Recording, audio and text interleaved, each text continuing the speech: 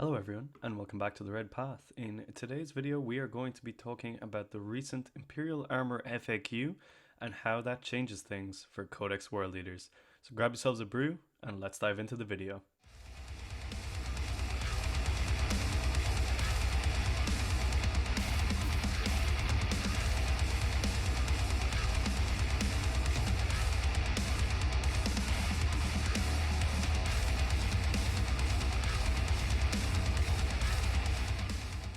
Okay, welcome back everyone. So in today's video we're going to be talking all about the Imperial Armor FAQ and how it's going to affect the World Leaders Codex. So for anyone who doesn't know, the Imperial Armor FAQ dropped this week on Warhammer Community, meaning that we are now allowed to use all the really cool units that are locked inside the Imperial Armor book, which is essentially all the Forge World units for anyone who isn't aware. So any longtime fans of the channel know that I'm a huge fan of Forge World. So all week I've been racking my brain thinking, what can I do to put these two pieces of the puzzle together and make profit and awesome lists? In today's video, we're going to be talking about what the FAQ actually offers all of us as World Leader players, the pros and cons of using Imperial Armor units, possible army builds or combinations that I've been thinking about, and at the end of it all, is it actually worth doing, or should we just stick to the base codex? So it's going to be a pretty fun video for anyone who isn't familiar with any of these units. I'm going to go into a little bit of depth about why some of them are interesting, but for people who are familiar with Forge World and all the units in Imperial Armor, we're going to dive in and maybe pull out some things that you hadn't thought of before. So without further ado, let's get stuck in. So what does Imperial Armor offer World Leader players? Well, mainly firepower and dreadnoughts. That's the first thing that a lot of people typically consider. You know, you've got your leviathans and contemptors. We do have the Dara as well, but that is a less taken option in 9th edition, certainly for the World Leaders as well. But it also includes things like the Sakaran battle tank, which is a really nice tank chassis. We're not going to talk about it too much in detail today, but it has a very nice autocannon main turret, which can be swapped out for a variety of different builds, and comes in plastic now too, which is pretty good. But also it includes things like Rapier carriers, which a lot of people tend to actually just forget about, but are actually real cheeky little units. So aside from this, we also have demon engines. Now, there are a lot of demon engines located inside Imperial Armor, and a lot of those demon engines are actually Khorne allied. So we now have access to some really interesting selections from this, namely things like the Greater Brass Scorpion, the Khitan Ravager, Decimator, and Blood Slaughterers. So some of the big boys we're going to talk about later, but things like Decimators, they're sort of another Dreadnought equivalent, but can offer some real cheeky shooting in the form of guns that just spit out mortal wounds with the soul burners, and also have some decent combat options too. And then you've got things like the Blood Slaughter, which in my opinion is the epitome of a Distraction Carnifex unit. It's very fast, has some very good combat, and has a cheeky little bit of shooting as well. But in addition to that, we also get a lot of new transport options. So there are things that I really enjoy in the book for transports, namely this little guy here, the Terex pattern termite drill, which some of you folks will remember from back in the day I kind of pioneered the termite drills to reasonably good success, and a lot of people jumped on board that train afterwards. But you know, there's other things like the Dreadclaw and the Cribdis, which are essentially drop pods that can give us access to some turn 1 deep striking. And then we also have some super heavy transports in the forms of things like the Spartan and the Macedon, probably lesser seen and maybe not as viable as things like the Termite Drill and the Cribdis. But the main thing that it does is it offers this expanded transport slot for us, right? Because right now we're working off rhinos, and World Leaders in general are an army that does rely on transports to get to where we want to go, especially for our berserker type units. So when we have transports that can deep strike, it opens up a whole other swathe of options, especially now that we have a banner to give semi-reliable charging out of deep strike for the 3d6 picking the 2 highest. But we're going to get into that in a little bit.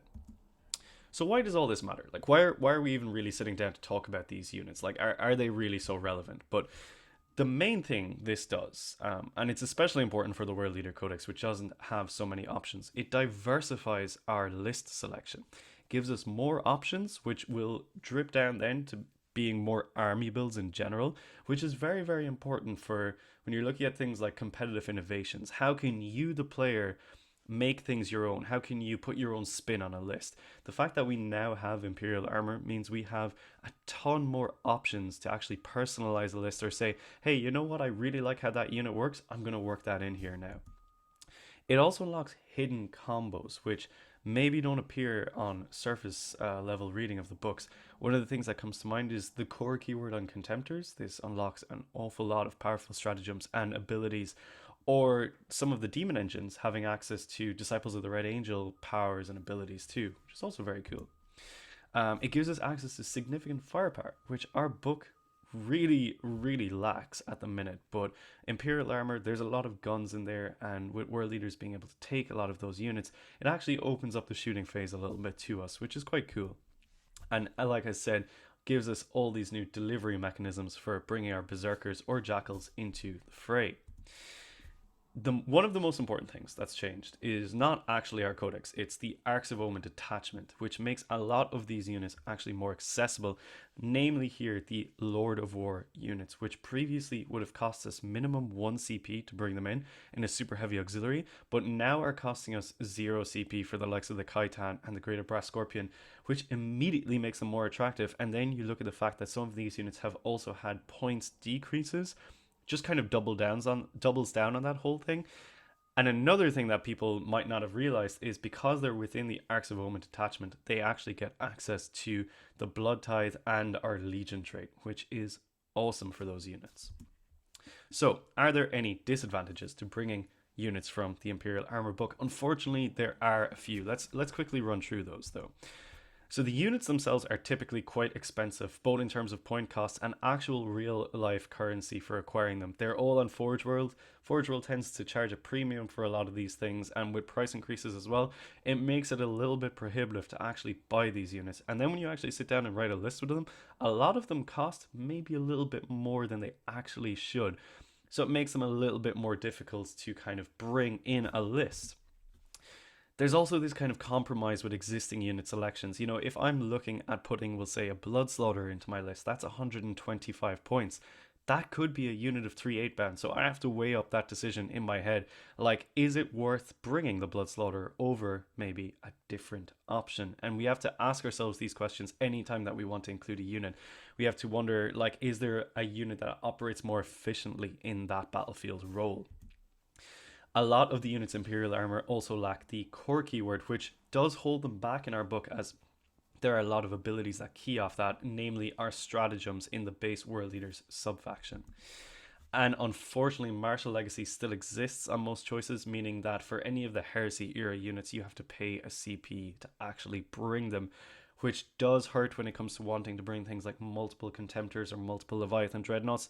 You are looking at paying a CP premium for those units, which is a little bit unfortunate because you don't quite get the return that you used to relative to other units that are available in the base codex. And then we have to ask ourselves, do we really need the support that Imperial Armor offers? We've already seen some great success using just the base book so far. Does the Invocatus build really need Imperial Armor units coming in there? You know, does Angron really need some of those units to tag along with them? Well, we're going to explore some of those options today, and I think I'll let you make your own mind up on whether or not they're worth the inclusion. So what is worth talking about? Like, there's a whole swathe of options available in the Imperial Armor book, but some of them are garbage and some of them are actually worth considering. Which ones are which? Let's dive in. Let's find out. So one of the things that I really like is something that I call the contemptor-katas build, which involves Invocatus and 2 Contemptors. We're going to dive into that one in a little bit, and we're going to talk about all these builds a little bit more as we get further in. There's also the Rapier Carrier Surprise Attack, which involves bringing Rapier Carriers in from Strategic Reserve, always a nice little trick. There is the Leviathan Bruiser build, which kind of focuses on bringing these big boys in and providing a mix of firepower and close combat, almost as an alternative to the War Dog allies that a lot of people have been running. There is the Driller Dreadclaw Pressure builds, which are very, very potent as well for the ability to deep strike and deliver troops right into the heart of the fray, especially anything with the drop pod kind of keyword that can drop them in early. And then there's also big boy support, the type of Lord of War units that can kind of go alongside Angron or some other options to take a lot of the heat off units like that, but also provide high volume of attacks and high damage profiles as well. So these are just some of the builds that I've picked out that we're going to kind of dive into and focus on. There's 5 builds here, but this is by no means a limit to the, we'll say, entire Imperial Armor book. These aren't the only good options. These are just the ones that I really enjoy using myself. So let's take a deeper dive into these. Let's look first at the contemptor-katas builds. So this typically involves Invocatus and 2 contemptors running alongside them. Now, contemptors have the core keyword and they move 8 inches, which is really nice because that means alongside Invocatus, they're actually going to be going 20 inches in turn 1, including his pregame move for the Warlord trait, which means you're going to have 2 contemptors and Invocatus right in your opponent's face straight from the get-go.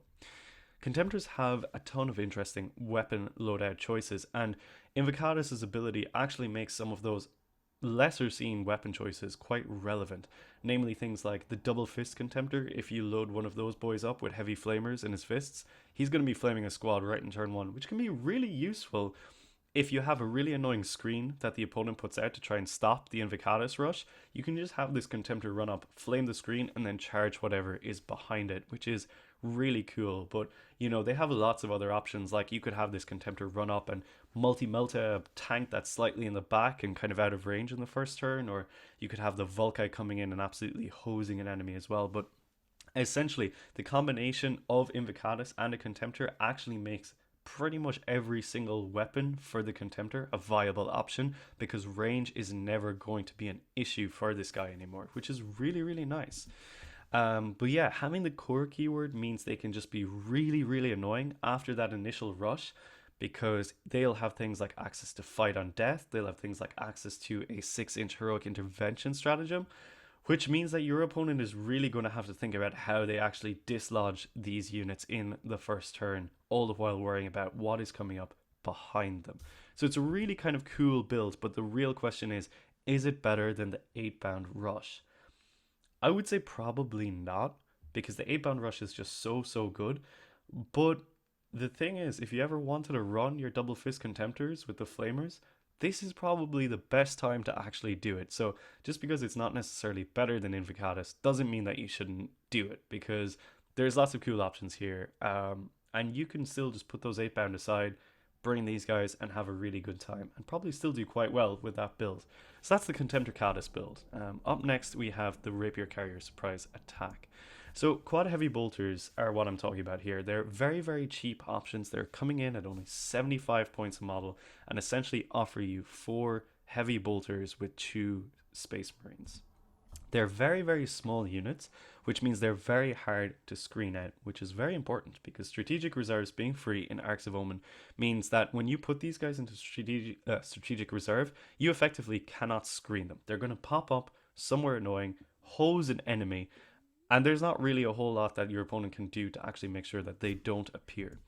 Crucially though, they count as vehicles, so in a world where we're looking at good options for generating blood tide points, these guys are 75 points a model for generating 2 blood tide points and putting out a respectable amount of firepower. You know, 4 heavy bolters strapped together, that's not nothing anymore, especially in a world where Armor of Contempt no longer exists. And in my opinion, it would be best to bring maybe 2 or 3 quad heavy bolters, have them pop up maybe 1 or 2 at a time, and just be really, really annoying. Pin down a squad that you're planning on charging later, or potentially weaken a squad that maybe a 5-man Berserker squad might be struggling to actually kill. So they're a pretty fun option, very cheap, very cheerful, and if you don't want to buy them from Forge World, there's lots of really cool ways that you can convert that unit too. We're going to move on to my favorite now though, the Leviathan Bruiser build. Now, anyone who knows me knows I am a huge fan of these Leviathan Dreadnoughts. Big boys, really cool, lots of good things going for them. So they're a very durable platform. First of all, they're 2+ armor, 5+ invulnerable, and have the Dreadnought -1 damage. Typically, they're going to come in around the 220 to 240 point mark, which is a little bit expensive, but you do get some value for that. They have a lot of interesting gun options, but these guns are particularly good at murdering Marines, which in our current Arcs of Omen meta is especially relevant considering the amount of Dark Angels, Iron Hands, and Ultramarines that we are seeing around the place. Something like the Gravflux Bombard, that is very, very specialized at killing Marines. Or, heavier infantry as well. It's a really nice option. The Storm Cannon Array, now that Armor of Contempt is gone, is actually worth looking at again. And then you have things like the Siege Drill as a combat option. And that is a really, really cool thing because it actually fills the anti-tank close combat niche that we are somewhat lacking in our army. Like, if you look at the core book, most of our things, they're coming in at around strength 6, strength 7. We struggle a little bit into heavy tanks unless we're running big bulked out 8-bound squads. But this guy, he's going to come in and he will just pick up most vehicles in the game because he is hitting them at strength 14, AP 4, flat damage 6 against enemy vehicles. Not to mention the fact that he also comes with a cheeky melting gun and a bunch of Volkite too. They can function really well as distraction card effects, especially if you're running Angron as a build, because they're walking around, you've got Angron hanging out as well, and they're kind of like, you kind of can't ignore them because they're going to sneak up on you and just clobber you if you're focusing on Angron. But then vice versa, if you're focusing on these guys, Angron's probably getting away with not taking as much damage. So they pair really, really nicely with him. Not only that, they also combo well with Angron's buffs. He can give these guys reroll hits. And when you factor in the Blood Tide buffs, a lot of things that kind of held Leviathans back in combat before, like their low volume of attacks, that is negated when you consider they could be hitting on 2s, or they could be exploding 6s or auto wounding on 6s. It really gets around a lot of the problems they used to have. Not to mention the fact that a 6+ Feel No Pain on one of these guys would make them even more annoying to deal with. So personally, this is my favorite unit to be using from Imperial Armor. Mainly because I just really love Leviathans, but I just think there is a lot of value in using this unit alongside some of our big heavy hitters. Probably less so in the Invocatus build, but if you're looking at Angron or Disciples of the Red Angel, take a look at Leviathans. They're real nice. So let's move on to probably the most obvious and talked about builds, the Drill or Dreadclaw pressure builds. So Termite drills are something that are near and dear to my and many other World Leader players' hearts. But the Dreadclaw is a fantastic resource and something that we maybe haven't used before because of our unreliability of charging out of Deep Strike. But now, with an option for a 3d6 picking the 2 highest charge stratagem, we actually can get quite reliable charges coming out of Deep Strike straight away. So if you imagine the potency of a Dreadclaw dropping in with, say, Berserkers or Jackals inside, alongside the Invocatus pressure build, that is an incredibly oppressive turn 1 pressure that's going to be right in your face with very little that you can actually do about it.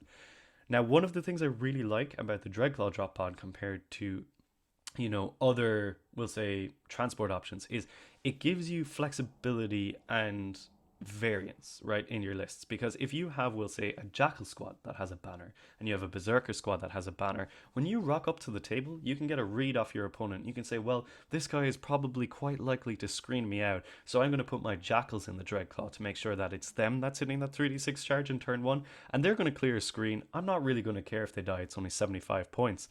But if I see that I'm coming up against something like Imperial Knights or Custodes, and I can jump on the opportunity of launching 10 Berserkers into their lines in the first turn and doing heavy, heavy amounts of damage, I can put those guys into the Dreadclaw instead.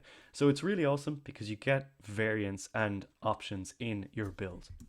Drills then are great for that mid to late game insertion. They can pop up in somewhere where you really need some reinforcements and have a big Berserker squad charging out. At this point, you're probably also going to have your +1 to charge buff up from the Blood Tide point, so they're making an even more reliable charge. Not to mention the fact that drills are tough to crack, will benefit from the Blood Tide. You can get them hitting on 3s now and have a very, very significant amount of firepower with 5 melting guns and Volkite options too, which is awesome. The Charybdis is another thing that I know people like Dan Brook, massive fans of it. Now that is a unit that can put huge amounts of pressure on the opponent in turn 1, especially. Now I'm not condoning this build, but it is an option. You could put 20 Jackals inside it with a 3d6 charge in the first turn. It's not going to be particularly easy to lift 20 Jackals, so I'm just putting that build out there, letting people think about that one. But it also has 10 missile launchers, which are slightly better than a normal missile launcher, so they can actually pick you up some early doors blood tide points.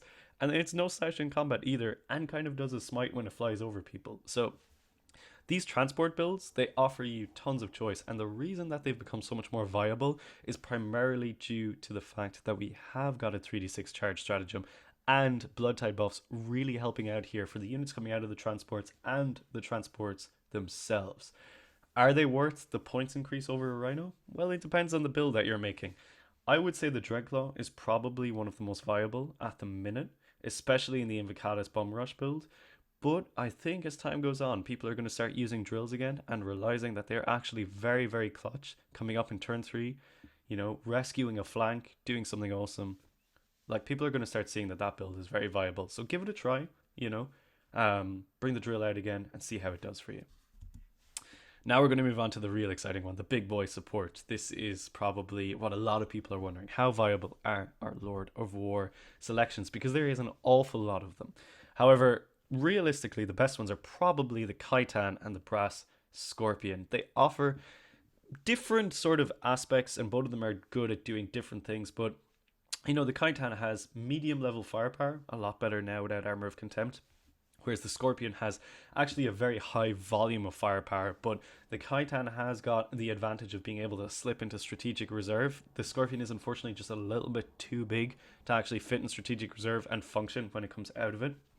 However, it is a bit more survivable and has an anti-psyker ability, which, you know, if you come up against Thousand Suns and you've got a Greater Brass Scorpion, it's just so rude because you're going to have that. You're going to have a 5-up Feel No Pain against Psychic, and God forbid that you've got some Demons and Flesh Hands allied in as well.